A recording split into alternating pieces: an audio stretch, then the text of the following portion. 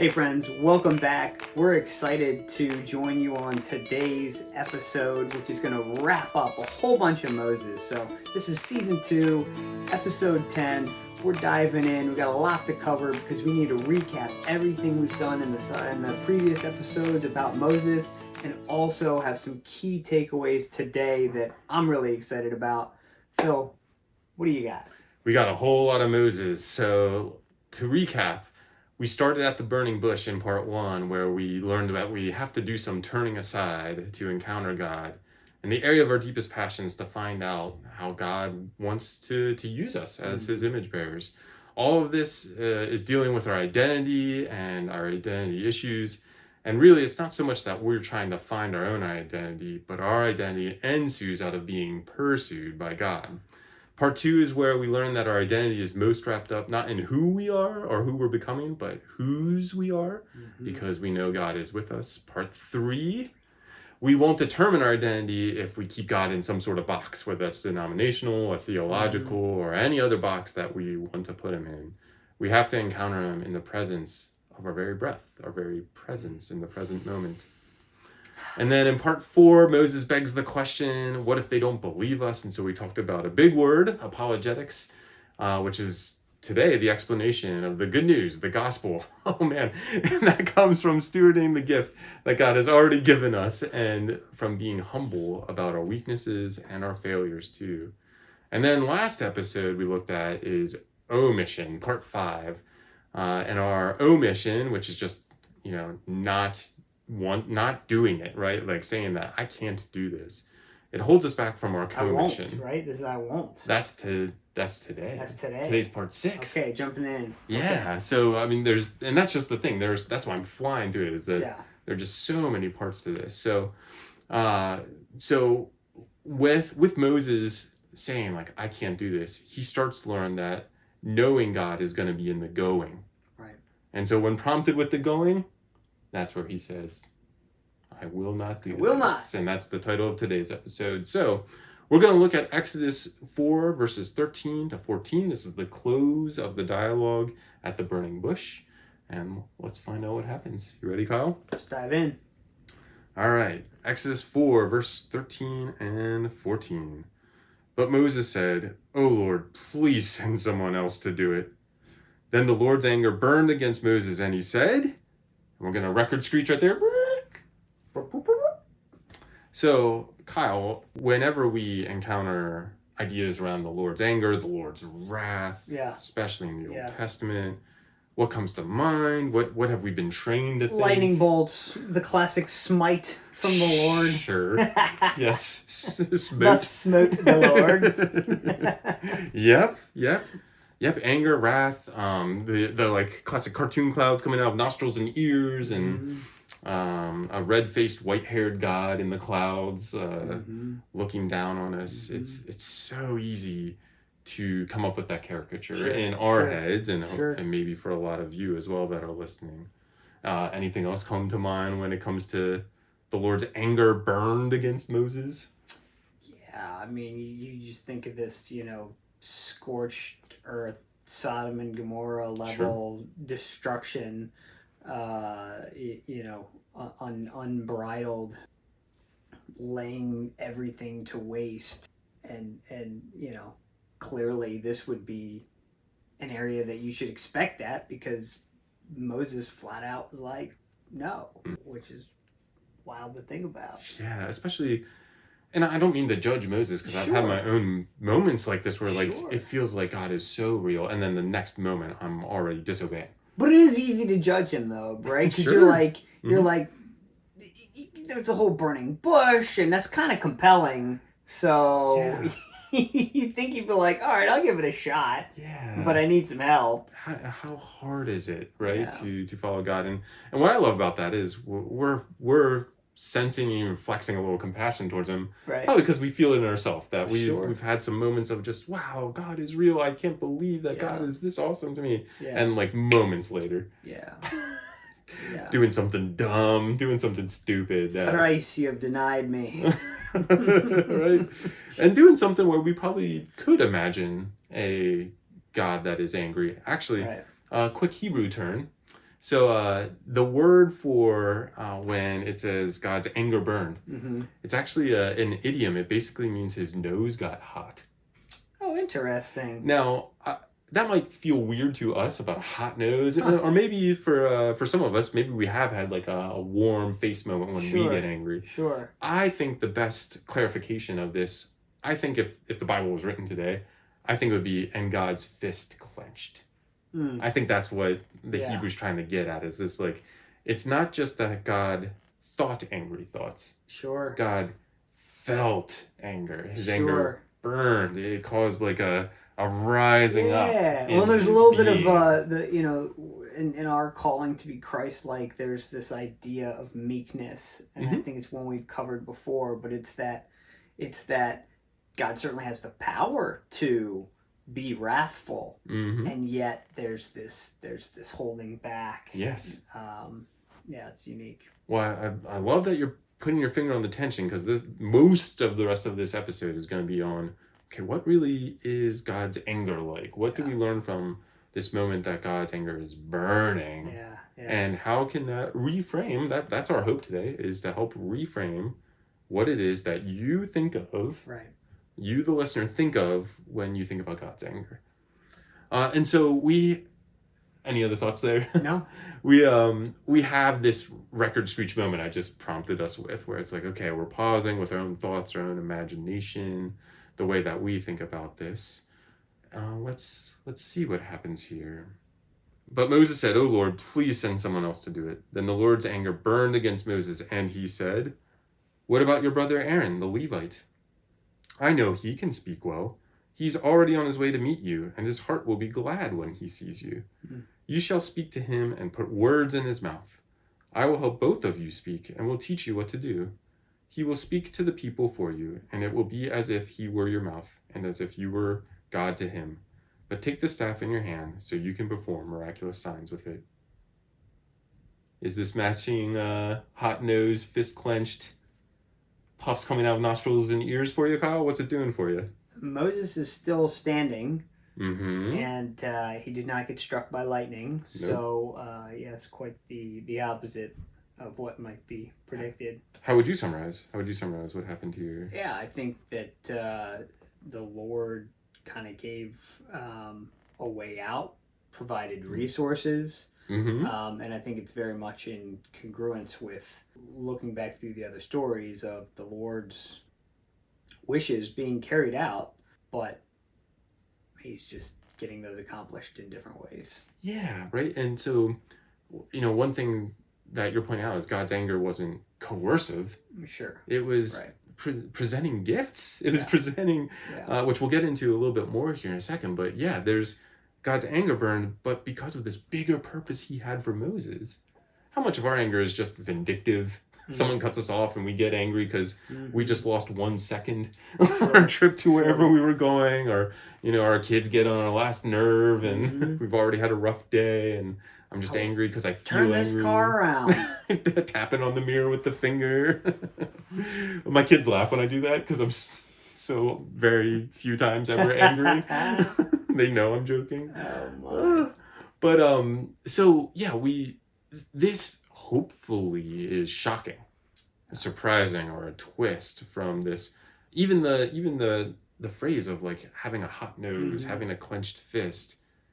It's not this anger that levels us, flattens us, strikes us with lightning. Did you know I've been struck by lightning? I think I did know that. Yeah. I'll have to tell that story another time on the podcast. But so it wasn't like that. It was redemptive is a word I'll use here. It was restorative. It was putting him back on the path. I forget exactly how you worded it, but it's kind of like we're gonna see things through the way that God is willing it, even though Moses is saying, "I will not" in this moment. Right. Sorry, I was still thinking of you standing post-smote. Post-smote. That's amazing. Oh yes, I'll have to tell that story. Maybe a blooper reel at the end. Okay.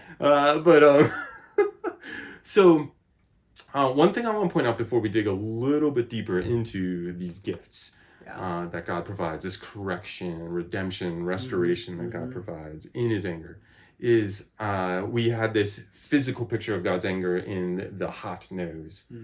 At the end of this passage, we get a sneaky depiction of Moses' unwillingness, where it says, God says, but take this staff in your hand so you can perform miraculous signs with it. So 2 episodes ago, we talked about apologetics and Moses saying, what if they don't believe that I've encountered Yahweh, that I've encountered God on this mountain? And talked about, the good news and providing the evidence for good news in the world. And here, in the midst of some part of this, it seems as if Moses has thrown that staff back down. The staff was a part of that whole thing, where Moses was saying, what if they don't believe in this message? And God says, throw your staff down, and it becomes a snake, grabs it by the tail, picks it back up, and it's a staff again. So Moses throwing this staff down is him not only saying, I will not, it's also him saying, I'm not sure I believe I've encountered God on this mountain. And maybe that comes back to those boxes we talked about. Oh, God, you're way past the box I've had for you. I think I'm throwing the staff down. I don't, going back to the previous episode, you said I could speak and that you created the mouth. I'm not so sure you did.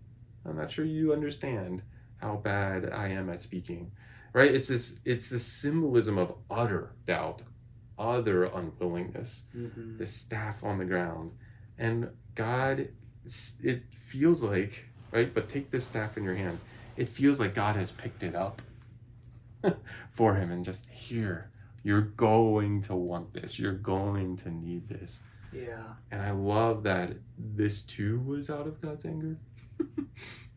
This too was God saying, I'm gonna get you on your way, one way or the other. Any thoughts about that? I picture, I don't know if there's any golfers out there, but I picture, you seeing the best in someone and them having a rough day and hucking one of their clubs, and you pick it up hey, you got this. That's what this game's all about. Just take a breath. Let's kind of regroup and take on the next hole. Yeah. Which is a fun moment to think about others in our lives in rich relationship that are able to certainly there's times for lecturing, and there's times for just support even when it's potentially not warranted. And what does that do in the midst of relationship? Usually it's jarring, because just like in this situation with Moses, it's counter to what we expect. That's right. Yeah, that's good. Yeah, my mind's floating to kids as well. Kids. Sure. Kids can have this really endearing nature. My 5-year-old loves writing notes right now, and she has no idea half the time if she's spelling things right or wrong. She just does it. Yeah. And that's what I think God's after in Moses and after in us, is this childlike willingness to just gloss over mistakes and just go with the flow. But there are other times where kids can, and adults, can huck their golf clubs and huck their pen down and get all frustrated, and a wise parent will always come along and not only help them do it right, but support them as a child. No, you really are good at art. You really are good at writing notes and spelling words. You don't have to worry about that right now. And I really feel like somehow mixed in with God's anger is God's tenderness in this, which transitions us back to what's going on here. So let's look again at everything that God gave Moses, right? So he says, what about your brother Aaron the Levite?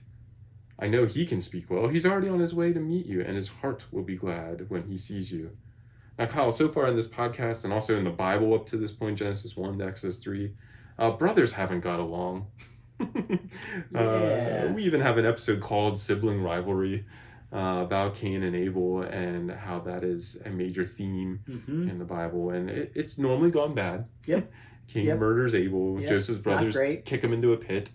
Jacob and Esau are tricking each other and at each other and threatening to kill each other. And, good times. Yeah, and so it just hasn't gone well. And so here, out of God's anger, he takes something that has pretty much only provided violence, right, and said, here's your brother. He's going to be glad to see you. yeah, He's going to speak for you and with you and help you.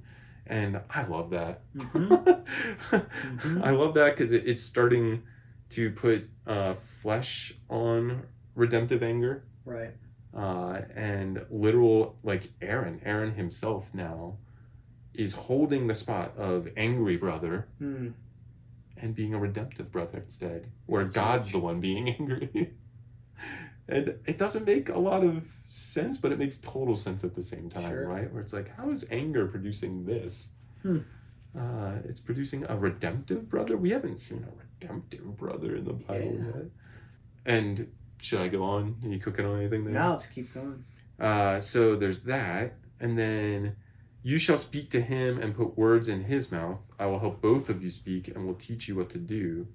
He will speak to the people for you, and it will be as if he were your mouth and as if you were God to him. That's a wild one. Why do you say that? That just seems counter. Seems like, and in the midst of the anger that now God is elevating Moses on this pedestal within the context of the relationship with his brother.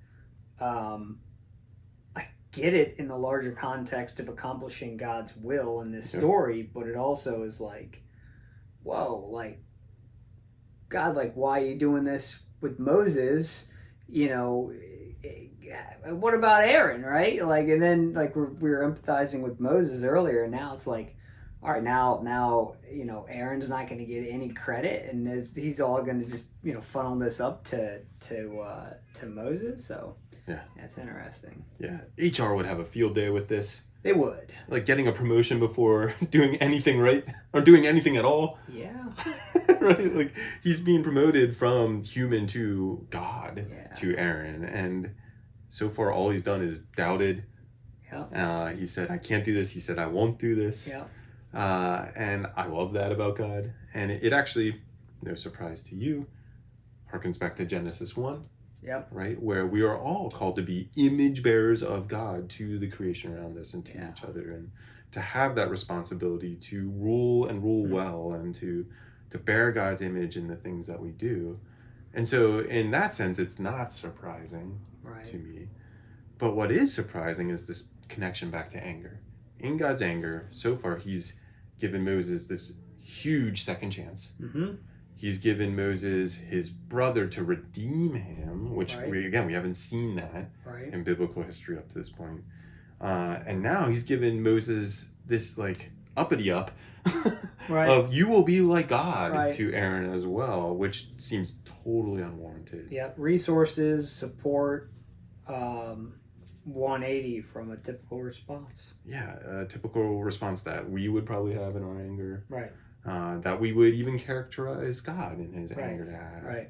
And so, you know, to summarize this, when we give up, right? Because this whole episode is on I will not. This is God's response to Moses saying, I will not do what you called me to do.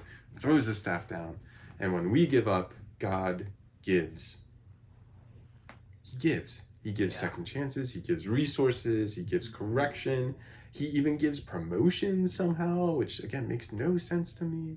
But I just love that. I love this idea that when we give up, God just continues to give. Yeah. It's like he can't stop giving. He can't stop being good towards his creation. That's in his nature. His own anger won't stop this giving nature either. Which that in itself is a huge lesson to me as a parent, to me as a boss, to me, you know, as a husband, all these different roles that I play. Is there still room for me to be generous in my anger? Is there still room for me to be redemptive? Sure. In my anger? Can I make space for that before I act in my own anger? I don't know. What are you cooking on? Any thoughts or questions there? No, that's good. I think that it is another opening to examine our behavior in the midst of a whole bunch of emotions, even warranted. And I think that you know, the the mark of maturity many times is being able to hold this internal peace and quietness and really figure out, how can we respond in an appropriate way, and how can we be following the Lord and being obedient to His leading, even if His answer is very countercultural. I think about a lot of ways that we can take, vengeance into our own hands, and if we, allow God to do that for us, it's pretty incredible what happens, and that's certainly counter-cultural in a big way. Yeah, for sure.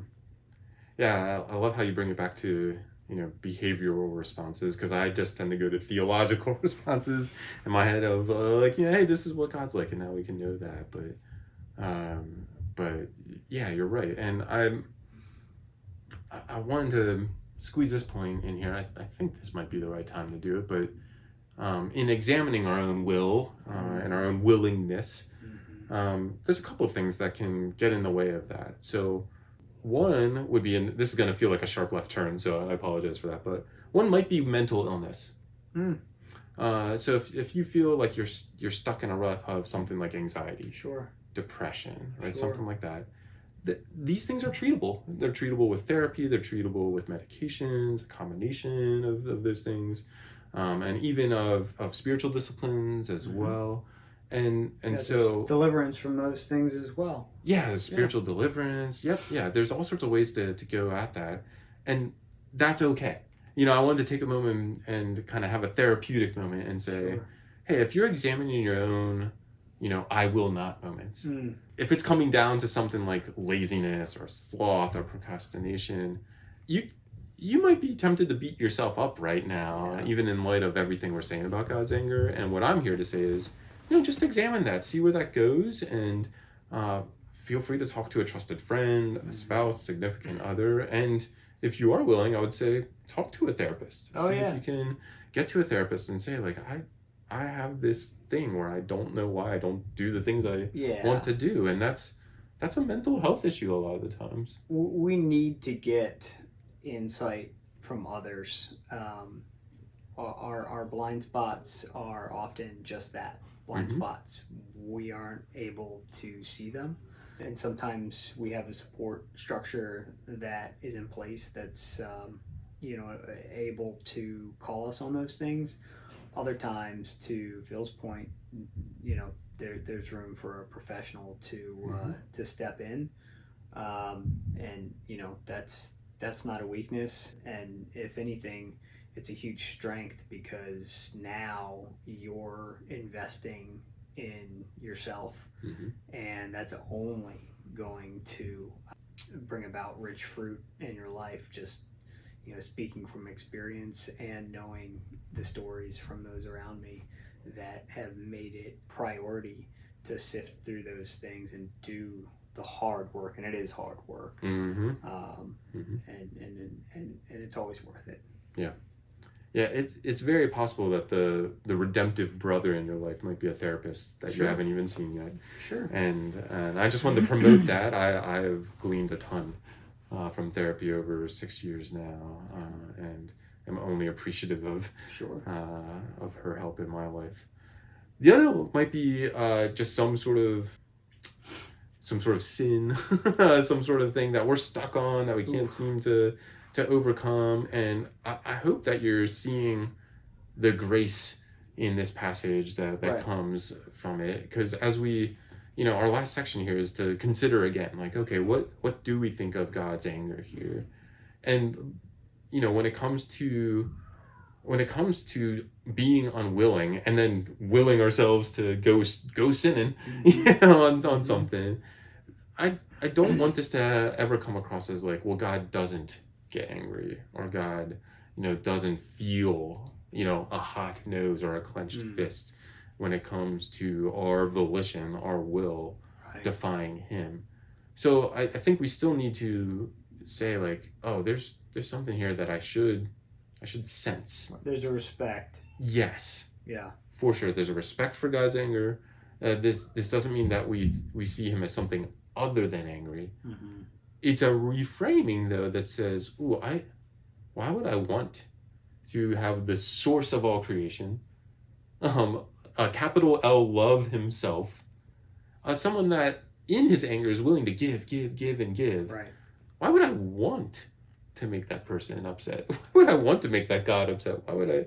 And that's where I often come to when it comes to conversations of God's anger and God's wrath, is when we see the whole rest of his character, this is why we spent, I forget, 5-6 episodes in just Genesis 1 and 2 alone, Mm-hmm. right? When we see the whole rest of God's character, and then we get to his anger, his wrath, his response to sin, at this point we should want to please him. Right. Right. Before we have this kind of response to anger that says, "Oh, I don't want you to be angry at me and cower." Yeah. It should be like, "Oh my gosh, I can't believe I made the source of my life, the source of all life, Right. the source of the leaves changing color as we look out the window right now in this recording, right? The source of the happiness I have with my wife and my kids and my job and my friendships and my podcast partner." And right, like, why would I want to make this sort of person upset with my sin and my unwillingness? Well, I think there's another element in there as well when you look at the countercultural response that the Lord had to Moses in his anger. I think that you also look at a correction and having a respect for God's anger in the sense that it doesn't come with shame. And I think that's a big piece that gets put into when we take that from God to man. Oftentimes there's shame involved, and with the Lord that doesn't exist. With the Lord, that is a healthy, to Phil's point, we're gonna want to have a different response because the Lord has reminded us how, who we are, whose we are, and due to those things coming from identity and being an image bearer, explaining how we should show up. And it's that shift away from shame that really I believe helps us understand that anger response and a healthy respect for God's anger. Yeah, and I keep coming back to the image of God like picking up the staff himself and giving it to Moses. It's not explicit, I'm implying it a little bit, but it feels like it's right in there. And even just thinking about times where, my kid might throw something, I'm like, no, you don't throw that in my house, or or something like that. And what do you do with the staff, right? Like, you can walk with the staff, you can also hit with the staff, right? So there's that, handing back versus like, whoosh, you knucklehead, right? Yeah, and Moses is struggling with belief in God. Yeah. And here God could have been, "I can't believe you did this." Yeah. He could have put that shame on him and says, "I still believe in you, Moses. You're going to need this, though. You're going to need the staff. You're going to need your brother. But I've got your back. I know you can do this." Or you have to walk with it. The humor comes out. You have to walk with this, but now it's a snake again. Snake. Oh my gosh. Don't hold the pointy end. And it's one of those things where, again, God is angry in this moment. I even have to remind myself of that. And reframe that all in the same moment. That's what this episode and preparing it and talking through it here is doing for me again, where it's like, man, what of God's anger can actually compel me, can actually assure me, rather than cause me to simply cower and tremble and run towards shame and run away in fear. It doesn't seem to be what God wants. Even back in Genesis 3, right? God was seeking the man and the woman out. God clothed them. God kept them on their mission just somewhere else at the time and protected them from living in their sin forever. I mean, all of those responses still feel like they're alive and well in this Moses story as well. And so, what do we make of God's anger and wrath? Just to kind of tie a bow in this episode now. Well, it's certainly not like our anger and wrath, Yep. especially at our worst. Yep. It is not like, I haven't brought this up at all in this episode, but it's not at all like any of the other gods of antiquity, of Sure. ancient history. All the other gods were fueled in their decision making by their anger and by their wrath towards humans, and you always had to appease them. You always had to Right. make sure that they were pleased, so that they would respond to your sacrifices. And here it's Very the much other way so. around, right? God is trying to get us back on our feet, to have us lifted up in response to His goodness. Yeah. Complete opposite. And He's willing to even use other humans, right? Like, I just love that there's this redemptive brother scene where brothers have just been angry and violent throughout the whole of the Bible so far. And then He's like, I'm even going to help you with other humans. Yeah. And so, if you are in relationships that are just fueled by anger, and you don't know why, examine that too and ask God for help on that, of like, Right. why am I in this relationship? Is this really doing what God's anger would do? And feel free to, if you're willing and if it's safe, of course, have those conversations with those relationships and say, what are we doing here? And even have some countercultural responses and see if that diffuses. Mm-hmm. If that is possible in those relationships. Oh man, I didn't ask for permission for this story, so I might have to edit it out afterwards. I'll ask permission from my wife afterwards. But we had one of our first major fights was the first summer we were married. We were at the beach, and as it goes, I have no idea what we were fighting about, right? Like Sure. 14 years later, I can't remember. Sure. But Lindsay, like, I forget if she like kicked her flip-flops off as we were walking along the beach or threw it down, and she like stormed off. And when she looked back again, even though we were at each other, I mean, we were fuming, right? She looked back, and I had recovered her flip-flop from the ocean or whatever. Sure. And I was sprinting after her. Yeah. Running. Yeah. And we used to do marriage counseling with college students a bunch, and she noted one time to one of the students, like, that's when I knew that no matter what fight Phil and I would get in, it would never ruin us, because I saw him running after me at my worst with him. Yeah. And so, like, having those countercultural things where, like, I could have taken the flip-flop and thrown it all the way into the ocean and been like, there, Yeah. and shamed her further and all of that. That's so interesting, because there was an individual that I was working for, and in retrospect, not a great human being, multimillionaire, and he, I don't know if he was ever married. I don't know if he had a failed marriage before or whatnot, but he was looking to put, I don't know, like a 5-carat ring on. Something was wild. We were talking about it, and I had been married to Christine for quite a few years at that point, and I remember telling him, and you could see like it hit this guy like a ton of bricks, and I was like, love is wanting to be with another individual at their worst.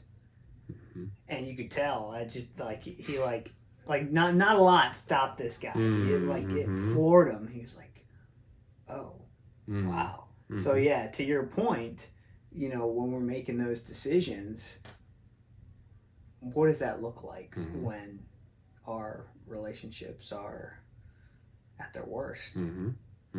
And what are people doing with us and relating to us when we're at our worst? And to do this well, right? And to not only this episode could have so easily just been about, hey, just obey God. Right? Like, it could have so easily been us preaching obedience. Yeah. And what I love about working at is, like, what do we do in our anger? Right? And so, I got a really passive-aggressive email 2 days ago. And boy, did I want to become a keyboard warrior in that moment, Oh, yeah, right? And I just, hey, thanks for the feedback, blessings to you, send.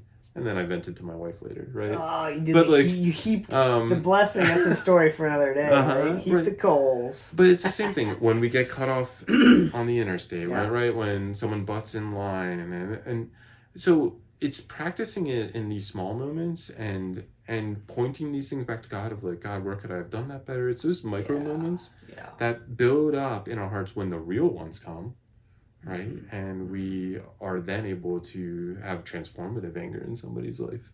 Yeah. And in that way, be an Aaron to them. And so notice that in these 6 episodes that we've dedicated to this one moment with Moses, that this is the part where he actually does go back now. The next couple verses, he goes back to his father-in-law Jethro, and he meets Aaron, and he's on his way to Egypt, right? And so this part about, okay, are we really going to not only believe in God, but believe God? Right. And have our identity shaped by him? This enters us into our calling. And that's what we'll talk about in our next episode. So we're not going to dig into it now. But all of this identity stuff eventually does immediately produce behavior. And not only behavior, but a sense of calling. Nice. And I'm really excited to dig in with you on that next time. Any final thoughts on your end before we get into today's invitations? Let's do our invitations. All right. So our invitations are, we're invited to examine the connection between belief and our will, or better yet, in Moses's paradigm here, our lack of belief and the lack of our will when it comes to obeying God. We're also called to deepen our understanding, respect, and purpose of God's anger towards us. Hopefully you got that by now in this episode. And then as you begin to walk in your identity, you also begin to walk in your calling, as we'll dig into next time. So with that, may you trust God enough to begin walking out in your calling.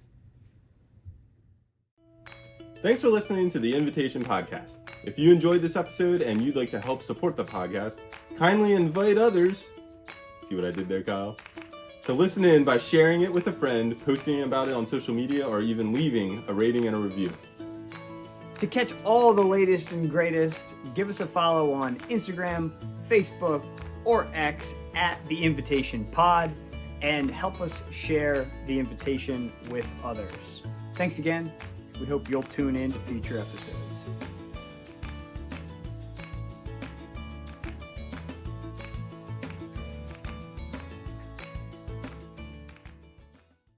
Should I tell a quick story about being struck by lightning? Oh, man. I can make it. So, yes. So being smote. Thus smote the Lord. So, our house was one of those houses that when a storm came, we turned off every switch and unplugged every electronic. Really? Okay. I think we only had one surge protector, and it was for the computer. You know, those are the good old Dell, days. the floppy disk The Dell. Dell, yes. With the cow box. Yes, the cow box. What do you know about the cow box? They'll tell our audience whoever's demo nodding, in a hurry. Whoever's nodding, you need to start taking multivitamins. But get them omegas, brother. So my dad has some trauma from storms. He actually had lightning strike his house when he was a kid and it caught on fire. Wow. Yeah, so he had this fear of storms. So he and my mom would take my little sister and run to the basement and put me in charge of running around and unplugging everything, and flipping off switches and stuff. And in my head, I was like, I'm gonna unplug everybody else's first, and then I'll go to my room and I unplug my TV and my Nintendo 64, and I was headed out. Simpler times. And I was in this there was a little hallway out of my bedroom, right? So it was a closet to the right and then a little cove to the door. And I walked out without hitting my light switch. I was like, that's weird, and took a step back. Flipped the switch, and just the fling of my finger hitting that switch, lightning struck the house in that exact corner of the house and got me. That's crazy. And I literally did the cartoon, outstretched arms, outstretched legs, went stiff and straight and shook for a second. That's wild. And the lightning itself didn't hurt, but I went stiff so fast that I thought I broke my hand on the other wall, the opposite wall. Jeez. And then I was oh my gosh, okay, that wasn't just static shot. Right. I think I just got, and the thunder, boom, huge boom, right? And then I was running out of the room, and the hall light was on. I went to shut it off, and it did not go off. It was bright, and it was growing brighter. So I just darted. I was like, guys, Chernobyl! I was like, guys, the hall light in the hall won't go off. And I think I got struck by lightning. I was more concerned about the light bulb. That was your duty, you know? Right? That's fantastic. Yeah, I like the little 12-year-old, Yeah. 13-year-old me or whatever. Oh my goodness. So, okay, so here's the fun part, right? So we call an electrician because we had to turn the breaker off to get the hall light off, and now we don't have power upstairs and all this. So the electrician comes out the next day, and he's got something he's testing the outlets and the switches and stuff with, and he sees that, like, this outlet in my room is dead, this outlet is in my room is dead, and he's following it, and he gets to the light switch, and he goes, huh, this is weird. The lightning seems to have met a resistance right here at this light switch, and I'm in the hallway just waving. That's me. And so I told him the story. He's like, oh yeah, you got struck by lightning. I was like, that's wild. Man. So that's the time I was smoot. All right. Thus smote young Phil. Recording. Seconds are going. Do you want to intro us? Sure.